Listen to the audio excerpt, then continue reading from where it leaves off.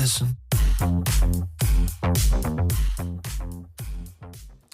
Voilà, deuxième conférence de ce Maritime Day.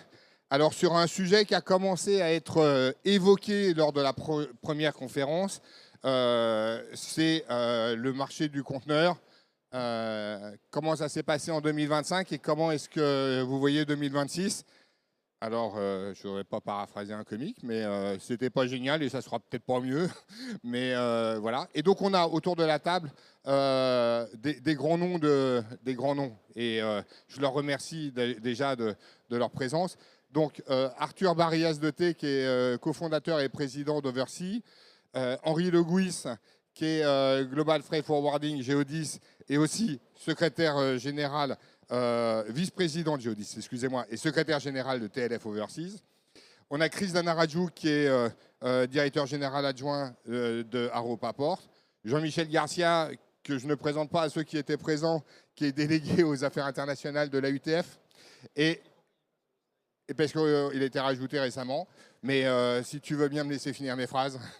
Et Hervé Martel, qui ne laisse pas finir ses phrases, président du directoire du GPM de Marseille. Alors, Arthur, on commence avec vous. 2025, c'était comment au niveau des conteneurs ? Est-ce que vous pouvez nous dresser un petit tableau ? Parce que quand on entend parler des droits de douane, des différents problèmes que les opérateurs ont pu rencontrer, qu'est-ce que vous pouvez en conclure ? C'était formidable. Hein, je pense qu'à en juger par tous les sourires que je vois dans la salle, c'était une année extraordinaire pour le conteneur. Non, écoutez, c'était une année qui est quand même très compliquée. Ce que je constate, moi, et j'imagine que vous le constatez aussi, c'est qu'on est frappé par des chocs de plus en plus forts et de plus en plus fréquents. Moi, j'en vois 3 majeurs sur l'année 2025 et le début de l'année 2026. Il y avait la situation mer Rouge, avec le contournement par Bonne-Espérance, une tentative de retour qui est depuis avortée avec ce qui se passe au Moyen-Orient, qui en théorie devait absorber 8% de la capacité mondiale. Voilà. Le deuxième gros choc, c'était la politique douanière de Trump, qui a eu des effets pour les chargeurs, et je pense que l'AUTF en parlera beaucoup mieux que moi, mais qui était un choc extrêmement significatif. Et le troisième, c'est celui qu'on vit en ce moment, qui est les problématiques de guerre au Moyen-Orient, qui, de ce qu'on en sait, et je pense que vous en parlerez aussi mieux que moi, sont plutôt partis pour durer. Donc c'était une année qui était très compliquée. Et puis, est-ce que ce sera mieux demain ? Je pense qu'on pourra en parler, que vous aurez des questions, mais il y a quand même une question fondamentale, je pense qu'on doit tous se poser en ce moment, c'est quid du rapport offre-demande sur le monde du transport maritime. Vous savez que les carnets de commandes sont quand même encore pleins. Je crois qu'on estime à 30% la croissance de la flotte à peu près sur les 5 dernières années en capacité. Et donc la question qu'il faut se poser, c'est comment on va remplir les bateaux, quoi. En tout cas, à quoi va ressembler le marché demain, sachant que la demande n'est pas non plus extraordinaire. Donc voilà, des interrogations aussi pour la suite. Merci. Henri, je me tourne vers vous. Alors, Arthur nous l'a déjà nous l'a posé, a posé un peu, grosso modo, le cadre. 2025, ça a été sportif. Comment est-ce que vous avez réagi ? Comment est-ce que vous avez ressenti le marché en 2025 ? Ce qu'on constate effectivement, c'est ce qu'a dit très bien Arthur, c'est-à-dire qu'un marché qui est tendanciellement déséquilibré, où il devrait y avoir beaucoup plus de capacité que de demande, puisqu'une consommation qui reste molle et des new buildings, des nouveaux navires qui arrivent régulièrement en service, mais qui est percuté par des chocs externes de plus en plus violents et imprévisibles. En fait, l'année 2025, elle a vécu au rythme des tarifs douaniers américains, avec des mouvements de stop and go, très difficiles à gérer, impactant le marché, et malgré tout, de façon assez surprenante, des taux de fret qui ont plutôt bien résisté. On aurait pu penser que les taux de fret allaient diminuer beaucoup plus vite. Et puis alors là, bien sûr, 2026, les cartes sont rebattues. On pensait que Suez allait rouvrir. On pensait que la capacité allait déborder, que les taux allaient s'effondrer. Et puis, choc énergétique, crise du Moyen-Orient. Et là, on va naviguer à vue pour les prochains mois. Merci. Oui, c'est vrai qu'on va revenir un peu plus en détail ensuite sur les perspectives 2026. Je me tourne vers vous, Jean-Michel Garcia. Alors, Arthur, on a a effleuré le sujet sur les droits de douane appliqués par tonton Donald Trump.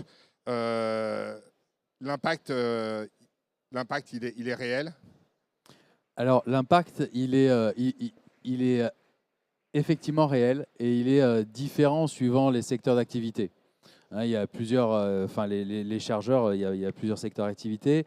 Ce qu'il faut savoir, c'est que lorsqu'il y a des décisions d'augmentation de taux de droits de douane et qu'après la Cour suprême décide bien de retoquer ces augmentations, il y a une réponse qui revient tout de suite dans la foulée de l'administration Trump, qui est de dire c'est l'article 122 du Trade Act et qui propose une augmentation de 15% sur l'ensemble des flux. Donc bien sûr que ça impacte toutes les réflexions, aussi bien des importateurs américains que des exportateurs d'autres pays, sur la constitution notamment de stocks aux États-Unis, beaucoup plus important que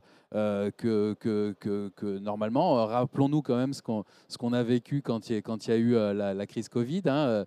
L'une des problématiques, c'est le stock constitué aux États-Unis. Quand même, c'est quand même des choses aussi bien pour les équipements que pour l'harmonie du marché, des marchés.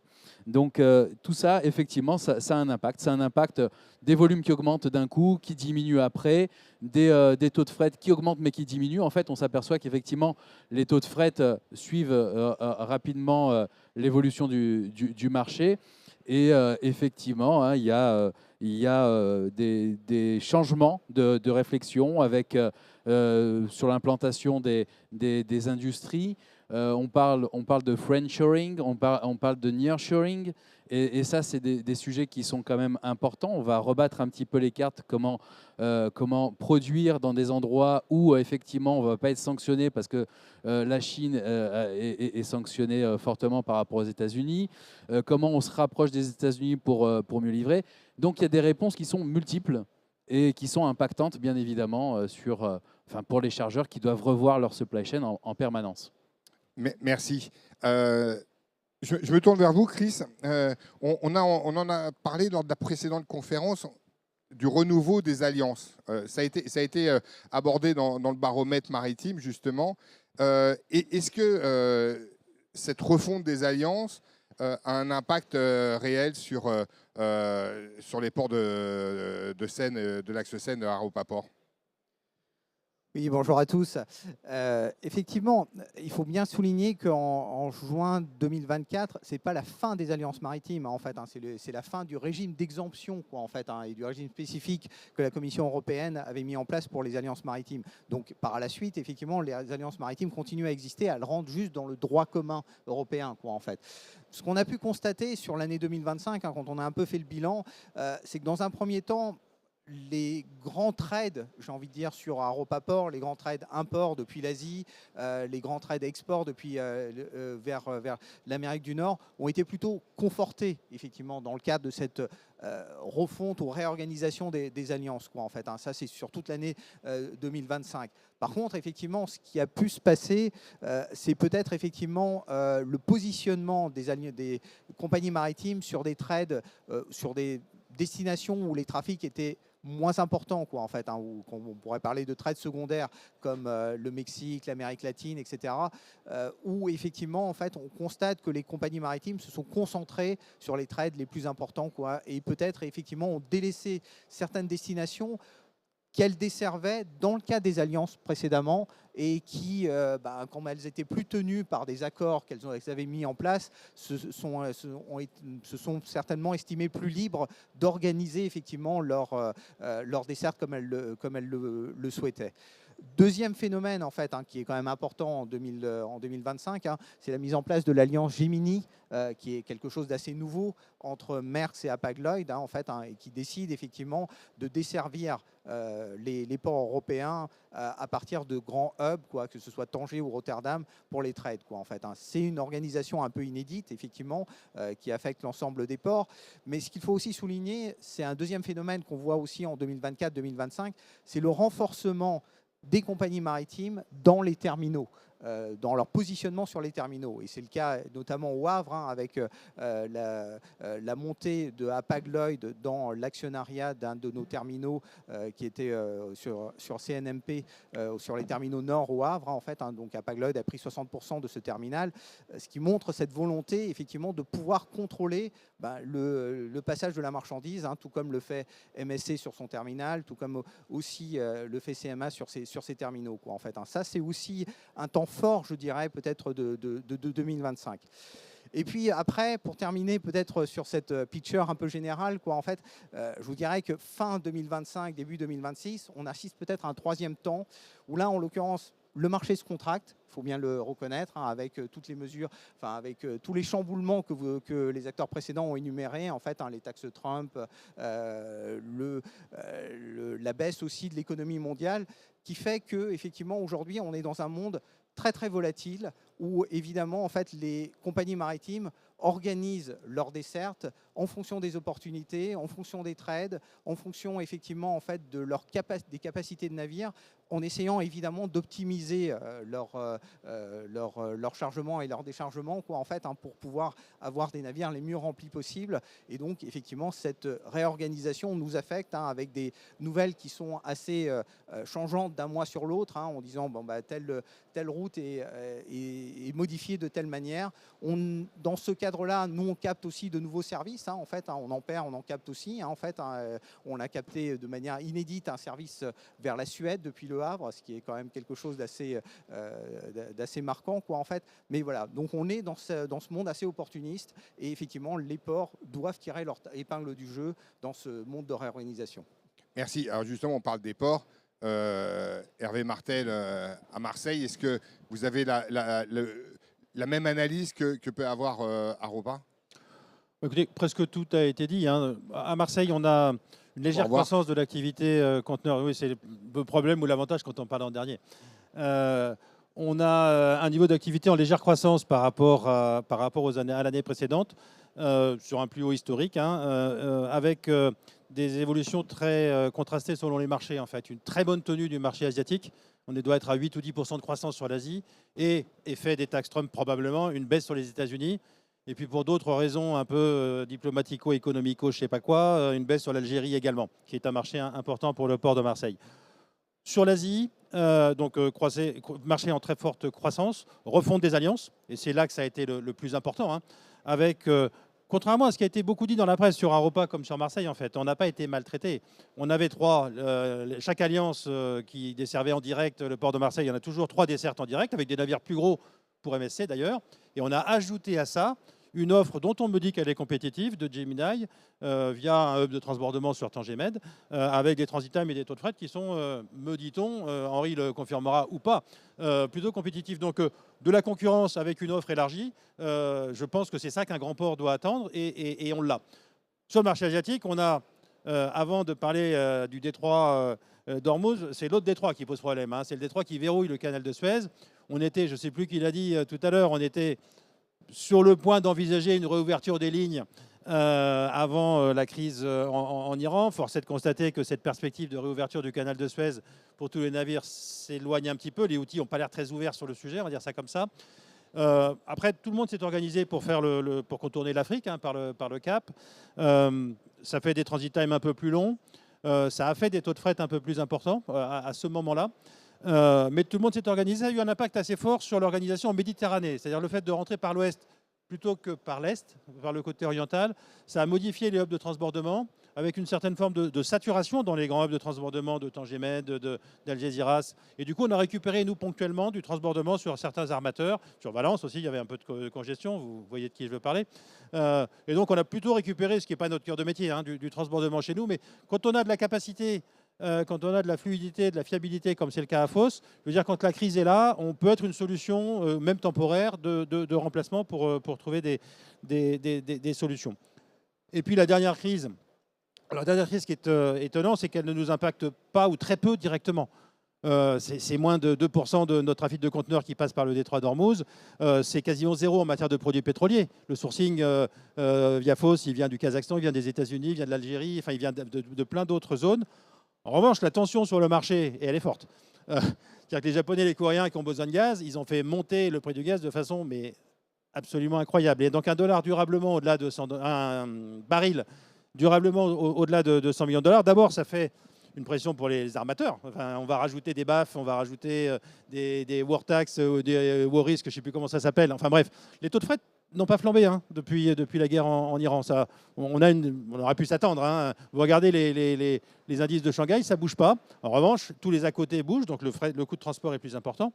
Et puis toutes les industries qui dépendent de l'énergie, bah, évidemment, ça les fragilise. Et donc derrière, le fret, c'est quand même l'économie et l'industrie. Donc il y a l'impact de deuxième rang, j'allais dire, sur l'économie pour les ports. Je ne sais pas dire, mais ça peut être majeur, évidemment. Exactement. Merci. C'est vrai que Hervé Martel l'a rappelé. On avait deux services, un service CMA, un service Maersk, qui commençaient à revenir par le canal de Suez, qui ont malheureusement qui ont dû passer 3 ou 4 fois, selon mes calculs, et qui très vite sont retournés sur le cap de Bonne-Espérance à cause de la crise actuelle. Alors justement, Hervé a fait un peu la transition. Arthur, on voit qu'aujourd'hui, la crise au Moyen-Orient, même si le marché conteneur du Golfe, ça représente quelques millions de conteneurs, mais bon, ce n'est pas le top du top. Est-ce qu'il y a un véritable effet et à quoi faut-il s'attendre? Parce que sur les premières semaines, les 4 semaines de conflit, on voit quand même que des taux de fret qui commencent un peu à prendre 4-5%. Ouais, bah je suis tout à fait d'accord avec ce qu'a dit Hervé. Moi, je vois 3 types de conséquences a priori. Première chose, c'est l'implémentation de nouvelles surcharges. Donc, si vous suivez l'actualité, vous avez suivi les nouvelles surcharges, EBS, EFS, voilà, les noms changent, mais la réalité est la même. La nouvelle BAF qui va arriver, je crois qu'on estime à 35 milliards de dollars le surcoût pour les compagnies maritimes si le baril reste à ce prix-là. Donc, il y a une vraie problématique de coût. Et comme l'a très bien dit Hervé, les prix du fret aujourd'hui ont augmenté un peu, c'est vrai. Je crois qu'il y a à peu près 20% d'augmentation sur le mois, mais ça reste relativement faible. Donc les compagnies maritimes sont prises entre, je dirais, une augmentation des coûts opérationnels et des prix qui ne montent pas beaucoup. Donc ça, c'est la première conséquence. Deuxième conséquence qui va, selon moi, impacter les chargeurs, c'est une possible baisse de la consommation. On le voit déjà aux États-Unis, il y a des problématiques de plus en plus significatives de consommation qui sont liées au prix du pétrole, etc. Et la troisième que je vois, c'est au niveau des acteurs de transport. Je pense qu'on peut s'attendre à des congestions aussi dans les ports européens avec les espèces de coups d'accordéon qu'on connaît. Et puis on voit des choses qui sont quand même assez extraordinaires. Je ne sais pas si vous suivez les marchés au Vietnam ou en Thaïlande. On manque de kérosène là-bas, quoi. Donc les marchés asiatiques ont des problèmes d'approvisionnement en énergie. Et ça crée des problématiques assez majeures pour les clients aujourd'hui. Donc voilà les 3 grands impacts que je vois. Merci. Alors, faut attendre à une année encore sportive. Henri, est-ce que cette crise dans le Golfe Persique ajoute de la difficulté aux difficultés qu'on connaissait déjà de 2025 ?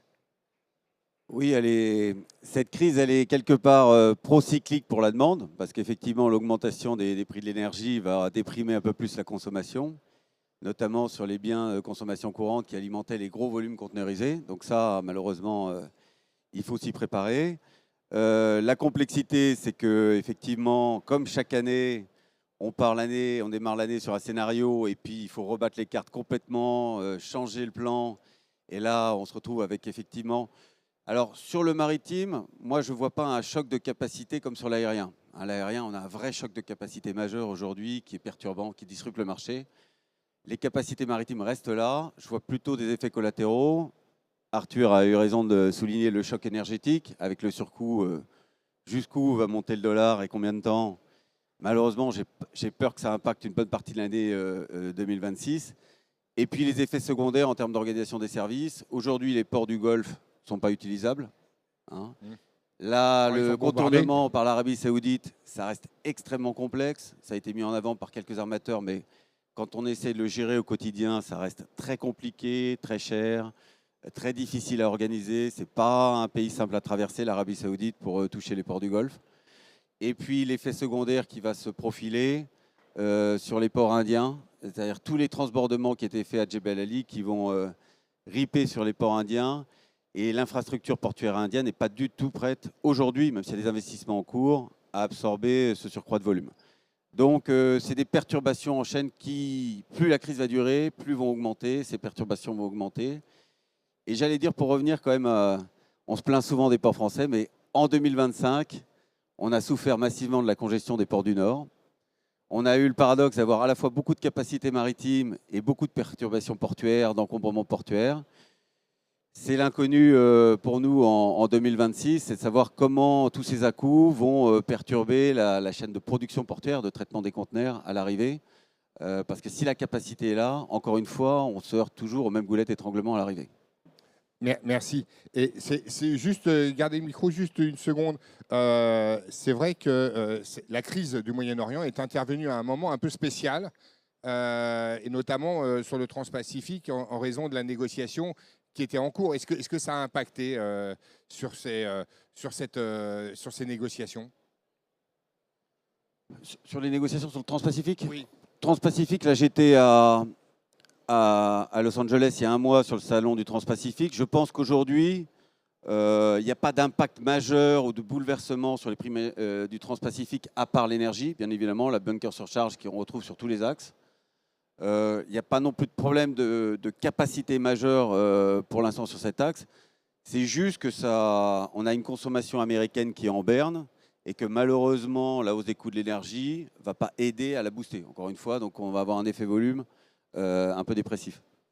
Merci. Jean-Michel, on a vu là sur l'Est-Ouest, alors je vais pas, on va pas être vulgaire, mais c'est le beans, pour pas dire autre chose. Est-ce que vous pensez qu'il y a d'autres routes à explorer aujourd'hui que l'Est-Ouest? Est-ce que vous pensez que les autres trails vont prendre de l'importance par rapport à l'Asie-Europe ou des choses comme ça? Alors, comme je le disais tout à l'heure, il y a quand même des réflexions sur les supply chains pour faire produire dans certains pays certains types de produits, des composantes électroniques, etc. Et donc, ce report de production a un impact. Il y a également un contournement par l'Afrique, par le sud de l'Afrique, qui fait qu'il y a des ports africains qui sont maintenant plus desservis qu'avant, avec une implication de certains pays d'Afrique qui commencent à émerger plus qu'avant, et puis l'Amérique latine aussi qui est très forte. Donc on voit des trades qui s'accentuent, alors que d'autres se stagnent un petit peu, on va dire. On voit effectivement qu'il y a un glissement vers le sud en termes d'échanges internationaux, Asie, Amérique latine, Asie, Afrique, mais aussi, par exemple, dans l'industrie agroalimentaire. J'en avais parlé il y a quelques temps. La France, par exemple, avait une balance commerciale plutôt positive, et c'était toujours quelque chose d'assez intéressant pour l'économie française d'avoir cette balance commerciale positive, notamment vis-à-vis des États-Unis. Il y a eu une bascule qui s'est opérée avec les droits de douane, etc., sur certains types de produits agroalimentaires. Et aujourd'hui, on n'est plus excédentaire.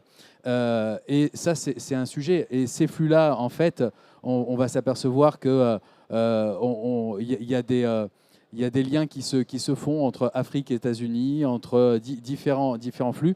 Donc il y a effectivement, en termes de flux, il y a une bascule qui est en train de s'opérer sur les pays plutôt du Sud, et donc qui sont en train d'augmenter, de s'organiser. Il y a des reports de production, etc. Mais je vous rassure tout de suite, l'axe Est-Ouest tel qu'il est connu perdurera, parce qu'effectivement, c'est un axe central. C'est là où il y a la majorité des échanges qui s'opèrent.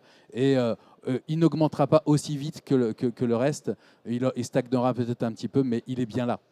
Merci. Oui, c'est la conclusion, c'est vraiment ça. Il va augmenter moins vite, mais il va rester parmi le top.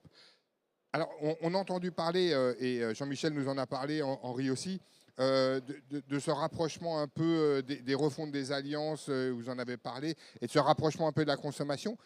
Alors Chris, est-ce que dans cette configuration, la stratégie du hub and spoke a véritablement un avenir et est-ce que ça peut avoir un effet positif pour des ports comme Aropa,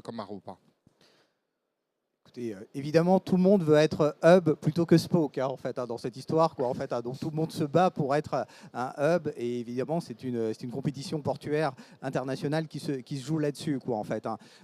Côté Aropa, on est déjà effectivement un hub pour des grandes lignes maritimes, comme MSC, comme CMA, qui contrôlent, comme je l'ai dit, aussi leurs propres terminaux, quoi, en fait. De fait, on espère aussi l'être pour Hapag-Lloyd, qui a pris effectivement 60% d'un de nos terminaux. Donc, effectivement, on a des atouts pour être un hub, parce qu'on est un port, évidemment, en eau profonde, on est connecté à l'ensemble du monde, et puis on bénéficie quand même de cette position géographique un peu particulière de la France, au croisement des lignes entre l'Asie et l'Europe, et entre l'Europe et l'Amérique, quoi, en fait. Donc on a quand même nos atouts à faire valoir.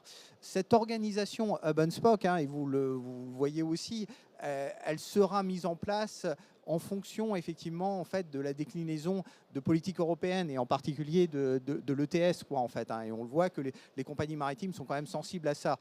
Et là, je voudrais souligner une étude qui est parue très récemment, en fait, avec mise en place par l'Observatoire EU-ETS, qui montre que finalement les ports britanniques tirent leur épingle du jeu et prennent effectivement des parts de marché par rapport aux ports du Range Nord, mais la France, dans sa position un peu particulière, s'en sort plutôt bien, quoi, en fait, et a une part de marché qui progresse, quoi, en fait. Et donc, ça illustre effectivement, en fait, cette position particulière des ports français et de Aropa Port en particulier, en fait, sur cette façade maritime qui nous permet effectivement de faire progresser effectivement le transbordement, et c'est ce qu'on voit effectivement ces derniers temps, quoi, en fait. On est un port privilégié pour transborder, pour transborder entre des lignes interlining. Cette organisation Hub and Spoke, évidemment, elle fait partie de la stratégie un peu d'optimisation des compagnies maritimes, et on ne peut pas leur en vouloir, effectivement, pour essayer de gagner plus d'argent, mieux remplir leurs bateaux, etc. On voit aussi, peut-être ces derniers temps, que certaines marchandises se sont peut-être habituées à des temps de transit un peu plus longs que prévu, quoi, en fait. C'est le cas de l'import Asie. Aujourd'hui, enfin, tous les navires passent par le cap de Bonne-Espérance, qui rallonge d'une dizaine de jours. Mais on voit aussi que quand on perd une liaison directe entre un port et un autre, quand on a une liaison directe, quand on perd cette liaison directe, on perd aussi au passage certains flux, parce que certains chargeurs, et je le dis en présence de Jean-Michel Garcia, je pense qu'ont besoin d'être rassurés sur la robustesse de la chaîne logistique, et dans un contexte aussi chahuté, avec évidemment des changements géopolitiques, sociaux et aussi des mouvements sociaux dans les différents ports. De toute façon, en fait, un acheminement par transbordement est forcément plus risqué qu'un acheminement direct. Donc, la logique, c'est qu'effectivement, on recherche encore des lignes directes, des connexions directes avec les pays qui font demain l'avenir. Et Jean-Michel en a parlé, en fait, que ce soit des continents comme l'Inde, comme la Turquie, comme l'Afrique. On a encore besoin de lignes directes et de connexions vraiment robustes avec ces pays dont l'économie feront les trades de demain, quoi, en fait. Merci. Oui, c'est vrai qu'il y a besoin encore d'avoir ces lignes directes. Alors, en parlant on parlait de la crise du Moyen-Orient. C'est vrai que vous avez, Hervé Martel, le GPM de Marseille est entré dans le corridor IMEC, Inde, Moyen-Orient, Europe, corridor. Donc, est-ce que ça, justement, c'est, compte tenu de la situation géopolitique actuelle, c'est quelque chose que vous allez mettre en place, et quel rôle vous allez jouer? Alors, IMEC, je ne sais pas si ça parle à tout le monde, c'est ce corridor Inde, Moyen-Orient, Europe, qui a été mis en place par Joe Biden à l'époque et qui a survécu à l'administration Trump. Il n'y a quand même pas beaucoup de projets qui sont dans cette situation. La Commission européenne et un certain nombre de pays dont la France, MBS pour l'Arabie Saoudite, MBZ pour les Émirats et le Premier ministre Modi pour l'Inde.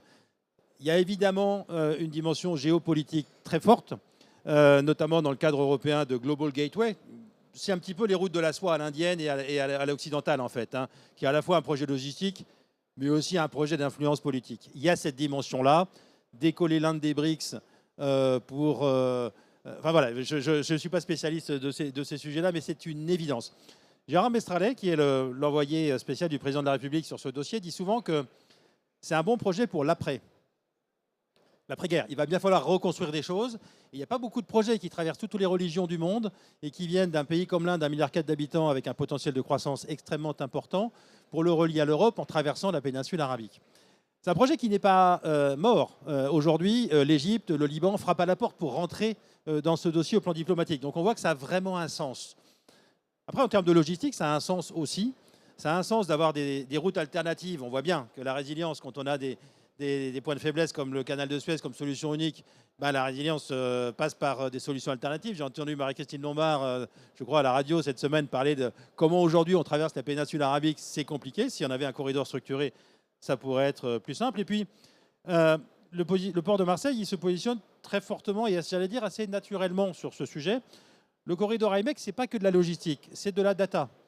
La data, on va être à Marseille-Fos le 5e hub mondial en matière de câbles et de hub numérique data center. Il y a derrière ça de vrais sujets de souveraineté, évidemment, pour la France. La France sera le seul pays du monde à avoir 2 hubs d'échelle mondiale sur le même pays, ce qui là aussi est un sujet, une vraie force pour le pays. On a déployé de très nombreux data centers sur le port de Marseille-Fos. On a un système d'atterrage de câbles sous-marins. On répond présent sur ce sujet-là, que ça vienne d'Afrique de l'Est, d'Afrique de l'Ouest, d'Asie ou d'Amérique. On est un hub, pour les mêmes raisons qu'on a été historiquement un hub maritime, en vérité. Deuxième sujet, l'énergie. Et là encore, la zone de Fos a été une 3e port mondial pétrolier, reste un hub énergétique et travaille aujourd'hui pour le rester à l'avenir, dans un cadre de transition avec des sujets autour de l'hydrogène, des carburants de synthèse, de la sidérurgie verte, des énergies renouvelables. Et ce corridor, en fait, plus que de connecter des ports, il connecte des zones industrielles-logistiques en devenir. Et quand on discute avec le port de Mundra, on voit qu'à un tout petit peu plus petite échelle quand même chez nous, on est sur les mêmes sujets. On est complètement sur les mêmes sujets. Et c'est ça qui nous a rapprochés d'Adani Port et dans cette volonté de travailler ensemble. Quand on travaille sur des corridors hydrogène en Europe, et qu'il faut relier l'Espagne, le Portugal et le Maroc à l'Europe pour l'hydrogène, il arrive où le tuyau? Il arrive à Marseille, évidemment, parce que j'allais dire, ça s'impose. On se connecte avec les réseaux de Natran, on se connecte avec un besoin industriel sur la zone. Donc on coche aussi la case énergétique. Et en termes de logistique, le fait que vous soyez sur un point d'entrée qui va investir 1 milliard d'euros dans les 10 ans qui viennent, quand même, le port de Marseille-Fos, c'est sur un énorme programme d'investissement, logistique et accueil d'industrie, qui est connecté à l'Interland, c'est le port d'entrée sud de l'Europe, par ce fameux corridor Méditerranée-Rhône-Saône, porté très fortement par le président de la République avec la Compagnie nationale du Rhône. On travaille à structurer, à l'échelle de ce qui a été fait sur la Seine il y a quelques années, un système logistique qui pénètre la France et l'Europe. Au-delà, on est quand même sur 2 corridors européens RTET en bon français. Et donc on voit qu'on a absolument toutes les caractéristiques finalement nécessaires pour plugger des réseaux internationaux, que ce soit de data, d'énergie ou de logistique. Partant de ça, on a un énorme programme d'investissement. On discute avec nos amis indiens. Et dans ces périodes un peu, j'allais dire, compliquées en termes de diplomatie, on va dire ça comme ça, on s'est dit qu'entre ports, on pouvait travailler. Et on s'est complètement rencontré avec le port de Mundra, géré par le groupe Adani, un peu puissant, le groupe Adani, c'est un peu puissant, en disant qu'on souhaitait structurer ensemble un club de ports qui jalonne cet itinéraire et commencer à structurer ce corridor au travers des points nodaux que sont les ports, avec à chaque bout, alors évidemment, ce n'est pas exclusif, on travaillera aussi avec le port de Mumbai et l'autorité portuaire publique du port de Mumbai. On pourra aussi rentrer en Europe par l'Italie ou par la Grèce. Évidemment, les acteurs sont totalement libres de leur choix, ce n'est pas un corridor qui est encadré, mais qu'on avait vraiment un enjeu à structurer ce corridor par une coopération entre les ports.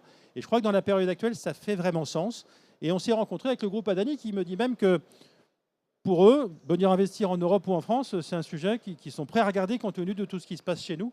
Donc une vraie dynamique qui s'enclenche malgré l'ambiance un peu compliquée au plan international. Oui, l'ambiance tendue, ouais, c'est tendu.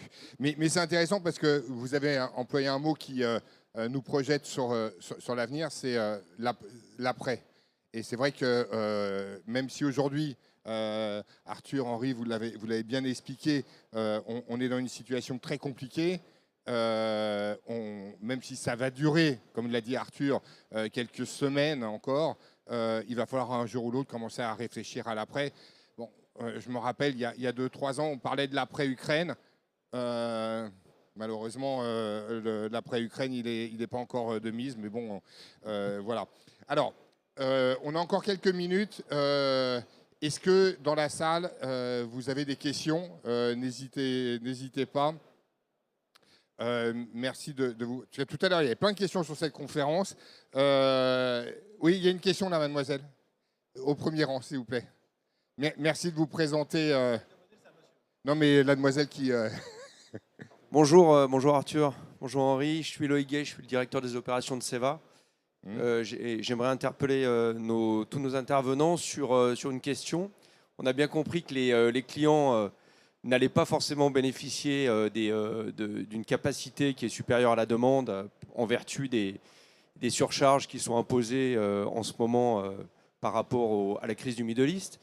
Mais est-ce que vous pensez pour autant que la fiabilité des transit times, et on a vu au travers de la mise en place de Gemini et du Hub and Spoke, est-ce que vous pensez que cette fiabilité va être améliorée sur l'année 2026, ou alors c'est encore quelque chose qui va prendre quelques années et malheureusement les clients vont devoir continuer de subir les aléas et les différents changements de routing?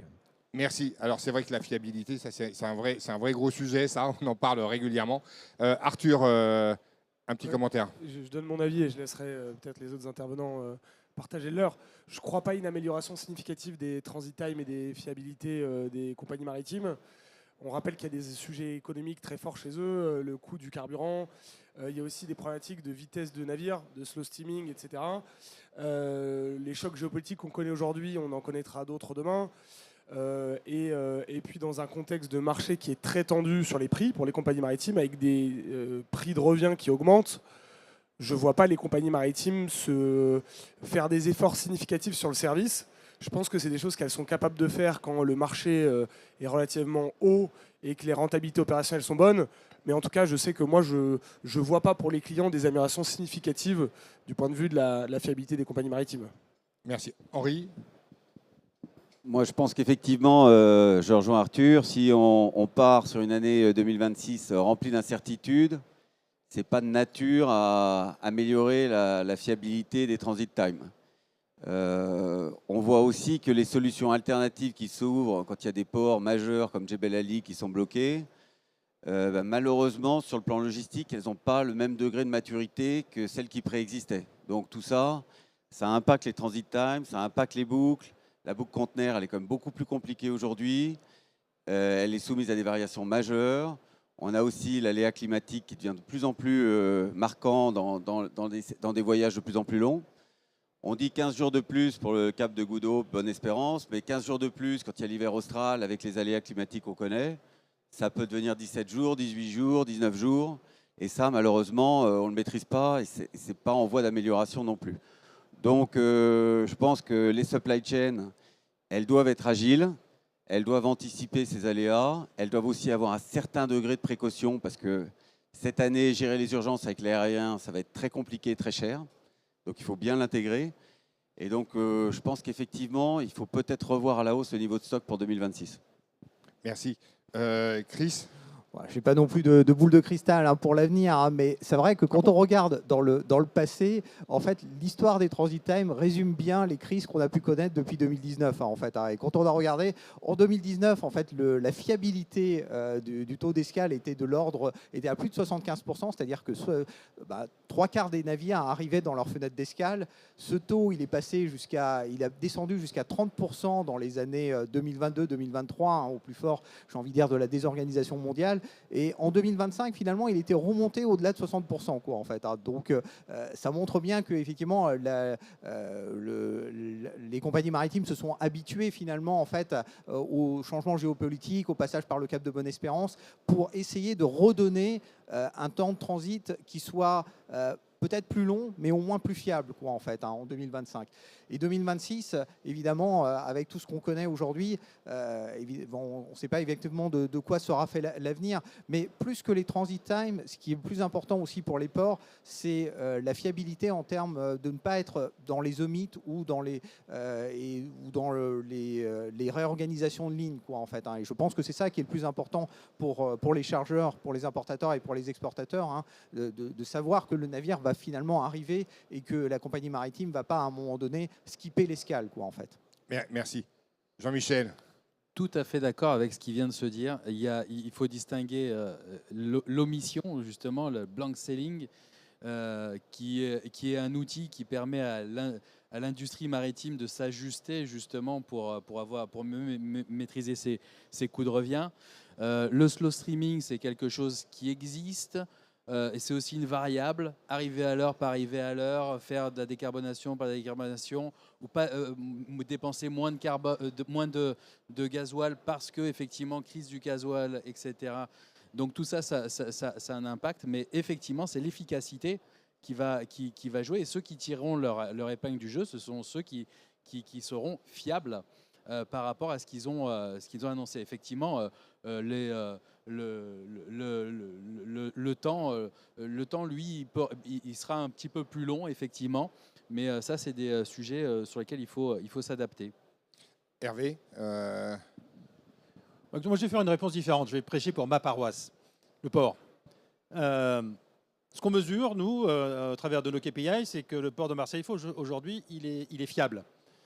Ce que j'attends avec impatience, Denis Schumer est parti, j'attends avec impatience le résultat du baromètre des chargeurs pour voir si la perception... Fallait venir avant. Pardon ? C'était la conférence d'avant. C'était du teasing, il n'y avait pas encore les résultats détaillés. C'est demain ou après-demain.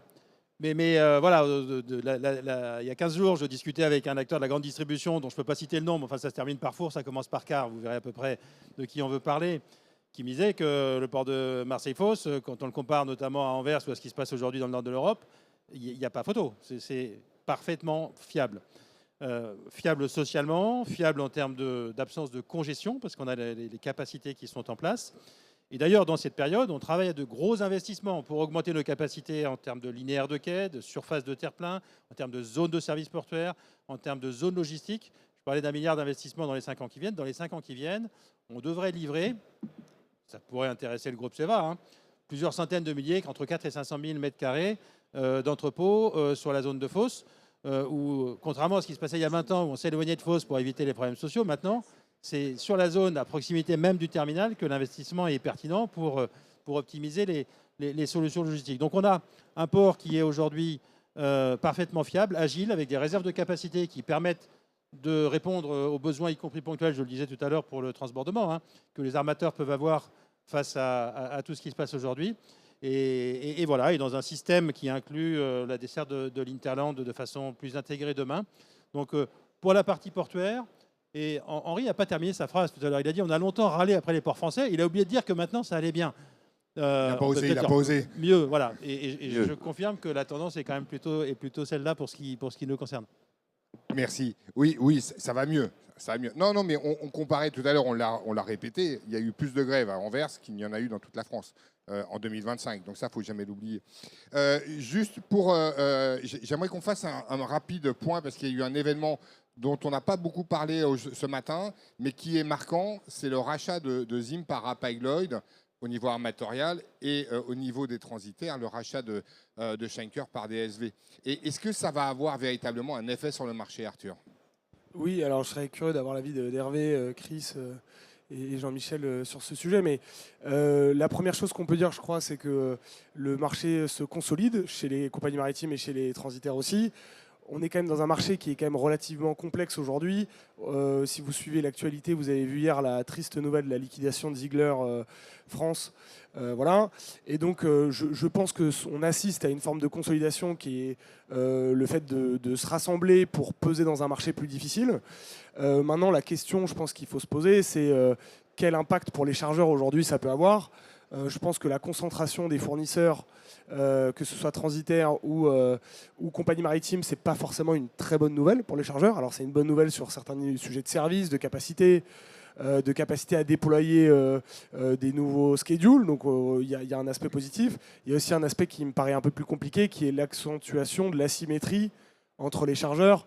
Je me souviens de ce que disait il y a quelques années le directeur supply chain de Michelin, qui disait je suis un des plus gros chargeurs dans le monde, mais je ne fais jamais que 0,0x% du compte de résultat d'une compagnie maritime, quoi. Donc voilà, ça interroge aussi de se dire pour les chargeurs comment continuer à peser quand vos fournisseurs se concentrent. Enfin, c'est une question ouverte. Jean-Michel, 1 minute. Eh ben, c'est exactement ça. On observe, nous chargeurs, on a besoin de concurrence. On a besoin effectivement de choisir, d'avoir des éléments pertinents pour pouvoir faire des choix. Et des fois, on n'a pas forcément le choix du fait de ces concentrations, qu'elles soient horizontales, verticales. C'est effectivement très pénalisant. On n'arrive pas forcément à mettre en concurrence les acteurs. Et ça engendre aussi quelque chose d'important. C'est une position en termes de négociation qui rend fragile la négociation, qui rend difficile la négociation. En tout cas, il y a de moins en moins de négociations possibles du fait justement de ce peu d'acteurs très concentrés qu'il y a sur les marchés. En 1 minute. Merci, t'es super. Oui. Si je peux, je voulais juste rajouter quelque chose. Ajoutez. Je pense qu'effectivement, cette consolidation, on voit qu'elle est forte. Elle n'a pas de limite en termes de taille et elle s'accélère. Et la question que ça soulève, et qui interpelle à mon avis aussi les ports français, c'est la notion de souveraineté. Parce que si on veut avoir des logisticiens français qui aident les groupes français à gérer les périodes de crise qu'on connaît depuis quelques années, je pense qu'il faut être très vigilant sur le fait que de cette localisation en France d'acteurs clés dans la logistique pour l'avenir. Merci. Oui, une réaction. Juste un mot en 30 secondes. La concentration, je veux dire, c'était il y a 10 ans. ZIM, c'est un épiphénomène par rapport à ce qui s'est passé au moment de la constitution de ces grandes alliances. On a connu quelques années de stabilité, on ne s'y attendait pas quand même, donc ça recommence à bouger. Mais le phénomène, à mon avis, au-delà de la concentration des armateurs, c'est l'intégration de la logistique. CMA, CGM, CEVA en a été vraiment le précurseur. L'intégration. Maersk l'était avant aussi. Pardon ? Maersk l'avait fait avant aussi. Maersk l'avait fait avant d'une certaine façon. Enfin bref, les armateurs sortent du métier d'armateur pour aller vers la multimodalité pour MSC, sur la logistique pour un certain nombre de groupes. Et aujourd'hui, avec DB Schenker, c'est confirmé. Cette question du rapport de force entre merchant et carrière, évidemment, pour les ports, elle est importante. Mais on a toujours eu 2 clients et ça ne changera pas. Donc on s'adapte. On aime tous les clients, en fait. Et on observe avec intérêt ces évolutions, mais qui sont assez majeures. Avant tout pour les chargeurs, je suis d'accord. Mais merci. Est-ce qu'il y a une dernière question dans la salle ? Voilà, on me fait des grands signes en régie. Juste 1 minute, Henri. J'aimerais quand même qu'on parle, parce que c'est un sujet qui a été encore effleuré à la précédente conférence, c'était les ETS. Est-ce que les ETS vont avoir un impact sur le shipping cette année, en termes de coûts ? Les ETS, c'est encore une mesure avec une motivation certainement très vertueuse, mais qui pénalise les chargeurs. Donc, je ne sais pas quel va être leur futur quand on voit les prix de l'énergie aujourd'hui, les bunker surcharges, payer de l'ETS en plus. Quel va être le seuil d'acceptabilité à un moment pour les chargeurs et quelles contreparties ils vont en obtenir ? Merci. Alors, on a déjà un peu de retard. Là. La régie me fait des grands signes. Donc, merci à tous. Merci à vous tous d'avoir participé, d'avoir exposé ces différents points de vue. Merci de votre participation. Je vous retrouve dans 10 minutes sur la décarbonation et le rôle des ports dans la chaîne dans la décarbonation maritime. Merci. Listen.